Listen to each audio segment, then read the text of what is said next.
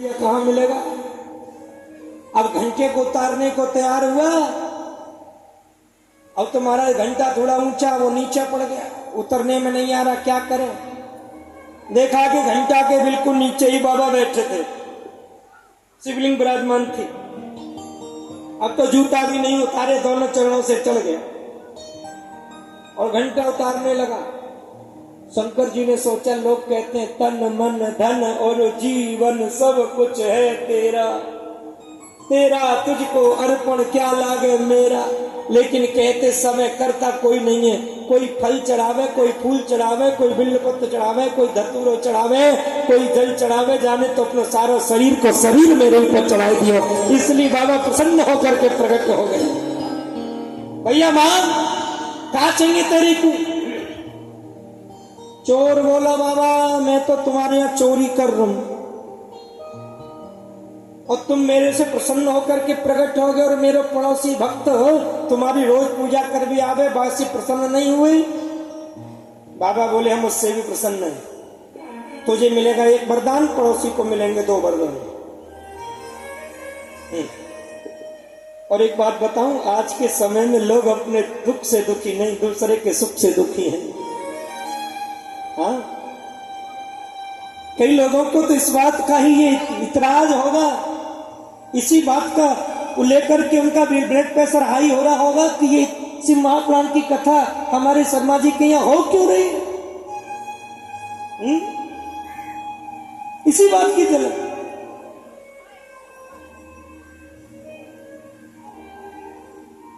उसने कहा, तो बाबा मुझे 3 चाहिए, 3 वरदान लूंगा। ठीक मान बोले तो बोले। पहला वरदान, बाबा मेरा एक बहुत बढ़िया महल बन जाए। और बापो तो बनो, 1 महल, पड़ोसी के बन गए 2 महल।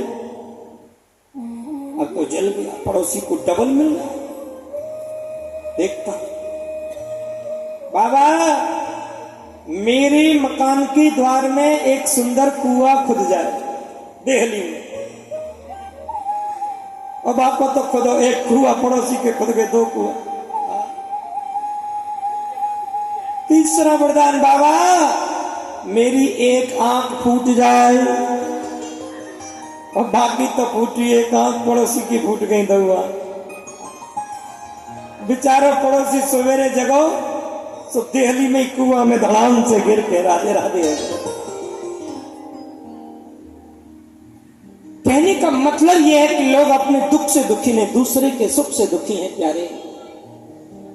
लेकिन एक बात मैं आपसे निवेदन कर दूं कि तुम अगर दूसरे का बुरा करोगे तो पहले तुम्हारा बुरा होगा।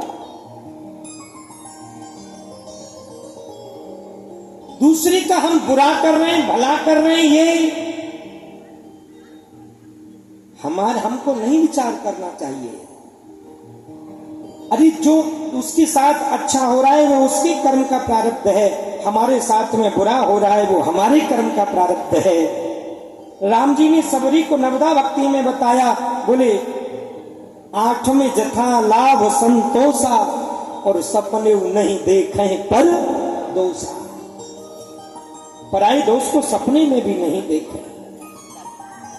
और हम बाहर से चाहे कितना भी नाटक क्यों कर लें साहब, बहुत ध्यान से सुने, बाहर से चाहे कितना भी नाटक कर लें, लेकिन हमारे भीतर क्या भरा है ये हमारा भोला बाबा जरूर जानता है। प्रेम से बोलना पड़ेगा, हर हर महादेव।